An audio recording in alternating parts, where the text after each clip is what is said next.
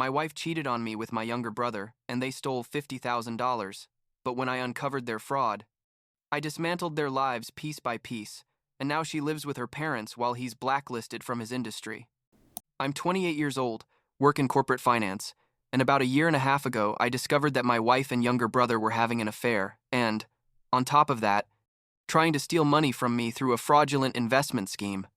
The thing is, I didn't fall apart or make a dramatic scene like in the movies.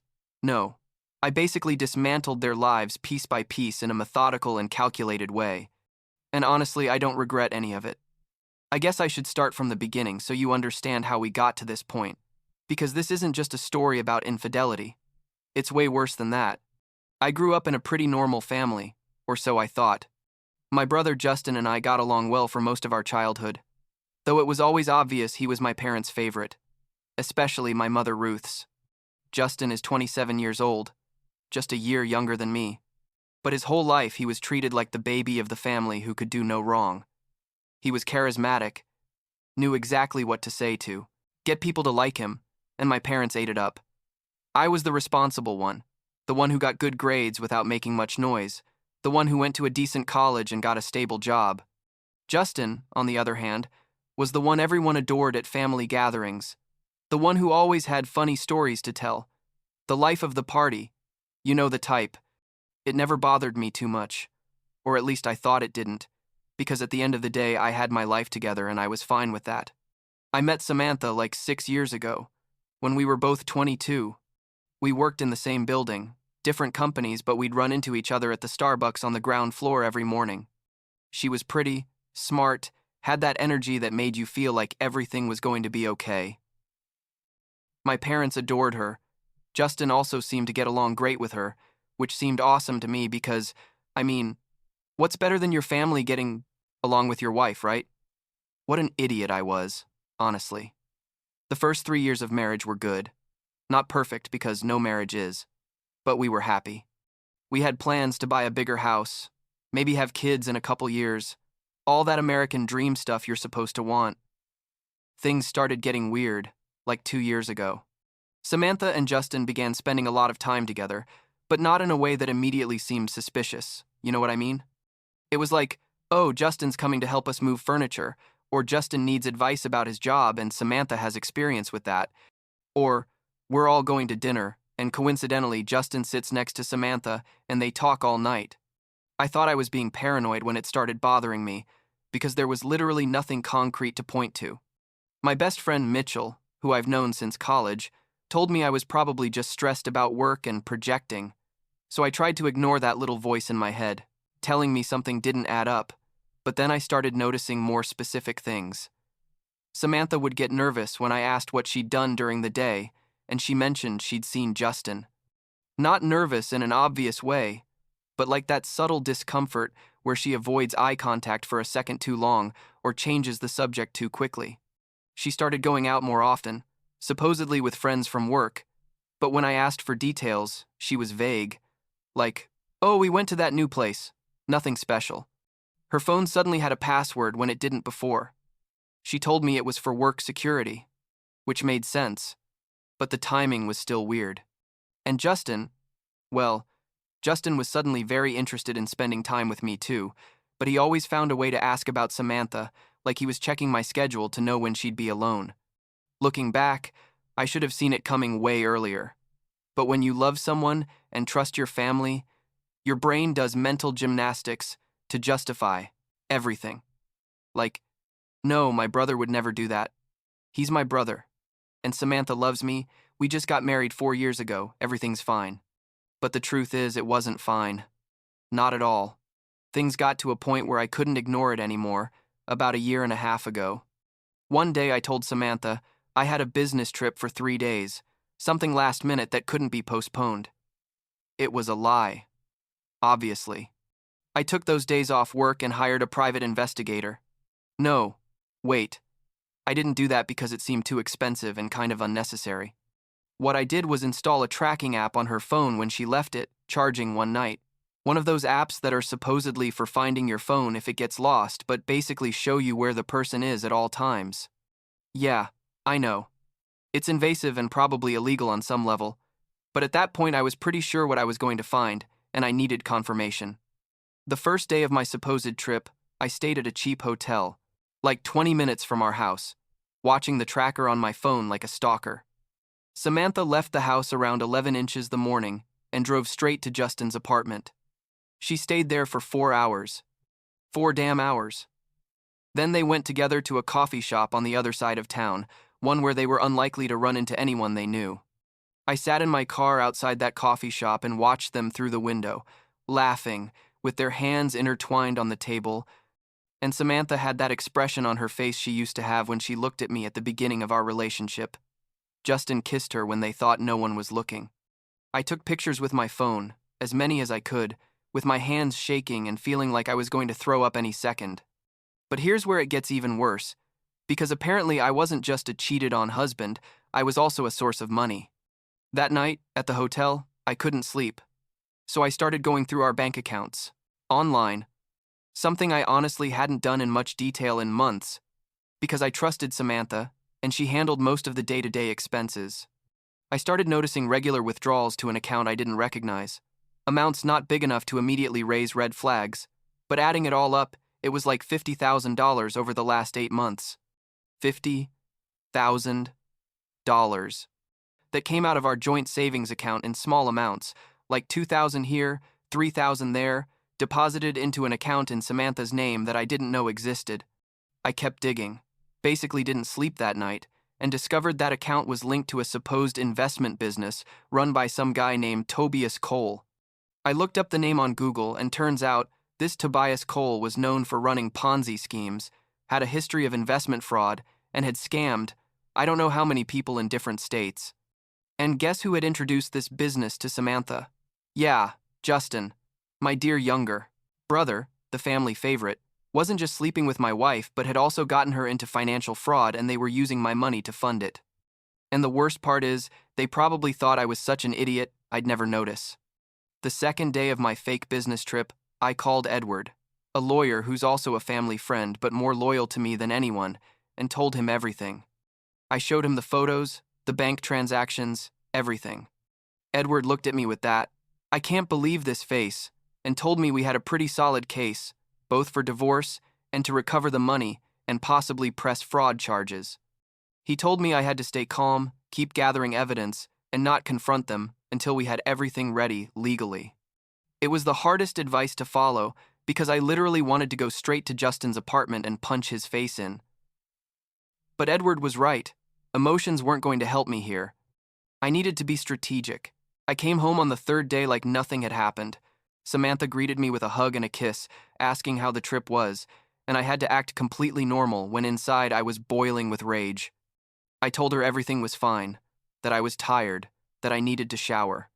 She went to the living room to watch TV while I stayed in the bathroom, looking at myself in the mirror and thinking how the hell I'd gotten to this point. That night we slept in the same bed, her probably thinking everything was under control and me planning exactly how I was going to destroy her life and Justin's. The next 2 months were silent hell.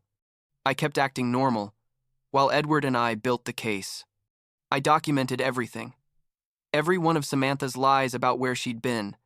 Every time Justin showed up with weak excuses. Every withdrawal of money from the account. Edward investigated Tobias Cole's scheme more deeply and confirmed it was completely fraudulent. The promised investments didn't exist, and the money just disappeared into offshore accounts. Apparently, Justin met this guy at a bar or something, and Tobias convinced him he could triple his money in 6 months. Total BS. Justin, being the financial genius he is, note the sarcasm, thought it was a brilliant idea to get Samantha into this and use my money because, well, I made more than both of them combined, and I probably wouldn't even notice. Mitchell was my lifeline during this time. I told him everything and he couldn't believe it. Literally told me James is the stupidest guy in the world. What did he expect to happen? Mitchell was there to listen when I needed to vent without doing something stupid. He constantly reminded me I had to play the long game, that rushed revenge wasn't going to feel as satisfying as a total and complete victory, and he was right. I didn't just want to divorce Samantha and distance myself from Justin. I wanted them both to really pay for what they'd done. Finally, the day of confrontation came. It was a Friday afternoon. I remember perfectly because I'd planned for it to be Friday, so they'd have the whole weekend to deal with the consequences without being able to hide at work. I told Samantha we needed to talk when I got home, and she went pale immediately. I think something in my tone told her this wasn't a casual conversation. We sat in the living room, and I pulled out my laptop with all the photos of her and Justin at that coffee shop, with timestamps and locations. I also printed out the bank statements with all the transfers marked in yellow. Samantha's face when she saw the photos was almost comical if it weren't so tragic. She tried to deny it at first, obviously, saying the photos were out of context, that they were just friends, all that typical garbage. But when I showed her I had more photos, from different days, and that I knew exactly how many times she'd gone to Justin's apartment, she shut up. Then she tried the other approach, the tears and the, "This wasn't my intention," and "I don't know how it happened." I told her I cared very little about how it happened, that what I cared about was that she'd destroyed our marriage and, on top of that, had been stealing from me. That's when she got defensive, saying it wasn't theft because it was our joint account and she had a right to use that money. I explained that using money from the joint account for a fraud scheme without my knowledge or consent definitely counted as theft, and that my lawyer agreed. They were already prepared. They just needed her signature. I also informed her I'd frozen all our joint accounts that same afternoon, so she couldn't take out more money. Samantha became hysterical, crying and screaming that I couldn't do this to her, that I was cruel, that at least we had to try couples therapy. I laughed in her face. I couldn't help it. Like, couples therapy after you sleep with my brother for months and steal $50,000 from me? Yeah, sure. Let me call the therapist right now. I told her she had a week to get out of the house, that it was legally mine because I'd bought it before we got married, and that if she didn't leave voluntarily, I'd have her evicted. After dealing with Samantha, I went straight to Justin's apartment. I didn't warn him I was coming. Just showed up and knocked on the door until he opened it. When he saw me there, with that expression on my face, he knew exactly why I was there. He tried to close the door on me, but I pushed it not violently, just enough to get in, and told him we need to talk now. Justin also tried the denial game at first, but when I showed him the same evidence I'd shown Samantha, he basically fell apart. He didn't cry like Samantha. Instead, he got angry, saying things like, "You never pay attention to her anyway, and she deserves someone who really values her." I told him, if that was his argument to justify sleeping with his brother's wife and stealing his money, then he was even more pathetic than I thought. I explained to him about Tobias Cole, that the business was fraud, that all the money they'd put into it was probably already lost. Justin went pale and said Tobias had assured him it was legit, that he knew people who'd made money with him. I told him he was an idiot if he really believed that, and that now he and Samantha were going to face legal consequences. I informed him my lawyer had already reported the fraud to the bank, and there would probably be an investigation. I also told him I'd blocked the account where Samantha had been depositing my money, and that I was going to recover every cent somehow. What Justin didn't expect was that I'd also go after his professional reputation. You see, Justin worked in marketing for a mid-sized company. Nothing spectacular, but it was a decent job. Turns out one of the partners at that company is an acquaintance of Edward's, and Edward, being the good friend he is, made sure certain information reached the right ears. We didn't lie about anything. We just made sure they knew Justin was involved in a financial fraud scheme and there was an ongoing investigation. But the company didn't want that kind of publicity or legal risk, so they basically forced him to resign.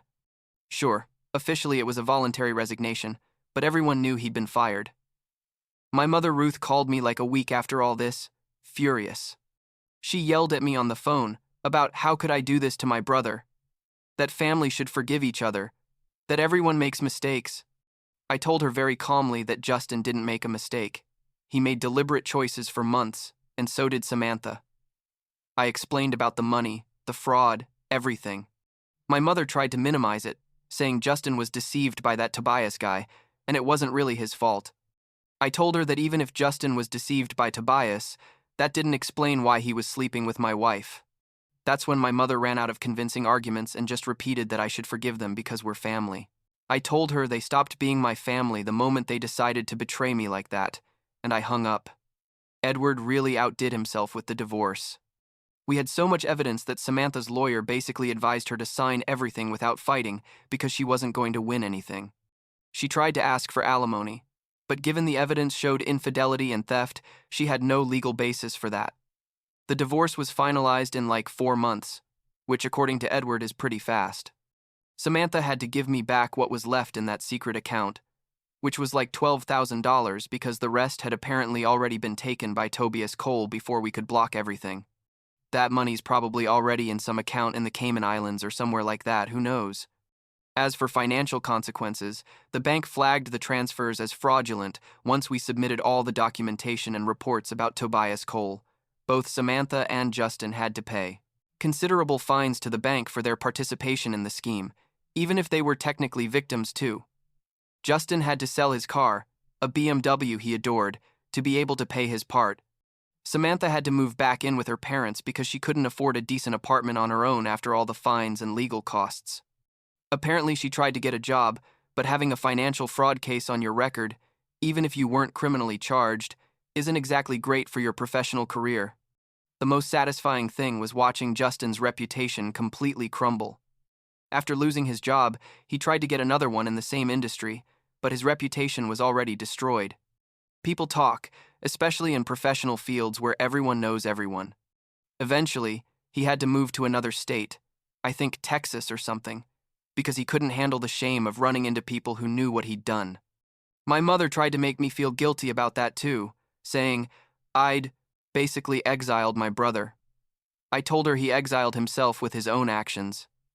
As for me, the first few months after all this were weird. Obviously, I was angry, betrayed, all that, but there was also this strange sense of relief. Like I could finally stop pretending everything was fine when it clearly wasn't. Mitchell dragged me out on weekends, nothing crazy, just beers and conversation, and that helped. Edward recommended a therapist, not because he thought I was falling apart, but because he said processing this kind of betrayal in a healthy way was important. I went to like 6 sessions. It didn't change my life or anything, but I guess it was good to talk to someone neutral about everything. Financially, I came out pretty well, actually. I recovered the $12,000 from the account.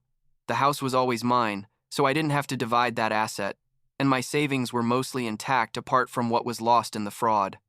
Tobias Cole was never caught, by the way. Apparently, he disappeared before authorities could do anything. He's probably in some country without an extradition treaty scamming other people. It bothers me that guy got away with it, but at least Samantha and Justin faced consequences. The relationship with my family is basically non-existent now. My father tried to be neutral during all this, saying he understood my position, but Justin was also his son and he couldn't just abandon him. I told him I understood, but I also couldn't just forget what happened. We haven't talked in like 8 months. My mother definitely blames me for ruining Justin, which is ironic considering Justin ruined his own life. Some cousins and uncles took sides. Most on Justin's side because my mother is pretty vocal about her version of the story, where I'm the cruel villain who doesn't know how to forgive. I care very little, honestly. Like 6 months ago, I started dating someone new, a woman named Elena I met through work. She knows the whole story because I felt she deserved to know before getting seriously involved with me. Her reaction was basically, "Wow, your family is a mess," but she didn't judge me for how I handled things. She told me she probably would have done something similar. It's refreshing to be with someone who doesn't know Justin or Samantha, who doesn't have preconceived opinions about all the drama. We're taking things slow, not rushing into anything, but it's nice. Mitchell is still my best friend and probably knows me better than anyone at this point. He told me a few weeks ago he's proud of how I handled everything, that a lot of people would have fallen apart, but I stayed focused and strategic. I don't know if proud is the right word, but I guess I feel good about not letting them walk all over me without consequences. Some people have told me I went too far, that ruining Justin's professional life was excessive, but honestly, I don't see it that way. He ruined my marriage and stole my money. The consequences of his actions aren't my responsibility. Do I regret anything? Not really. Maybe not realizing sooner, ignoring the signs because I didn't want to face the truth. But as for how I handled the situation once I knew, no, I wouldn't change anything. People say revenge doesn't make you feel better. but in my case it did. Seeing Justin and Samantha facing real consequences for their actions was incredibly satisfying.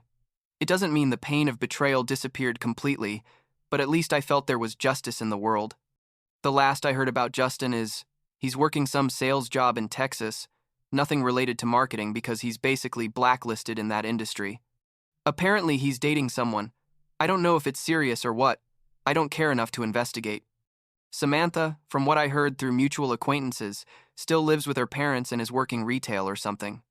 She also lost most of her friendships because apparently a lot of people don't want to associate with someone who cheats on her husband with her brother-in-law and steals money. Who would have thought? My life now is considerably better than a year and a half ago. I have more peace of mind, more control over my finances, and I'm surrounded by people who truly value me. Elena and I are planning a trip to Europe next year, something Samantha always said she wanted to do, but we never organized because supposedly we didn't have the money. Now I know where that money was going. Work is still going well. I even got a promotion a few months ago because I could focus completely without personal drama distracting me.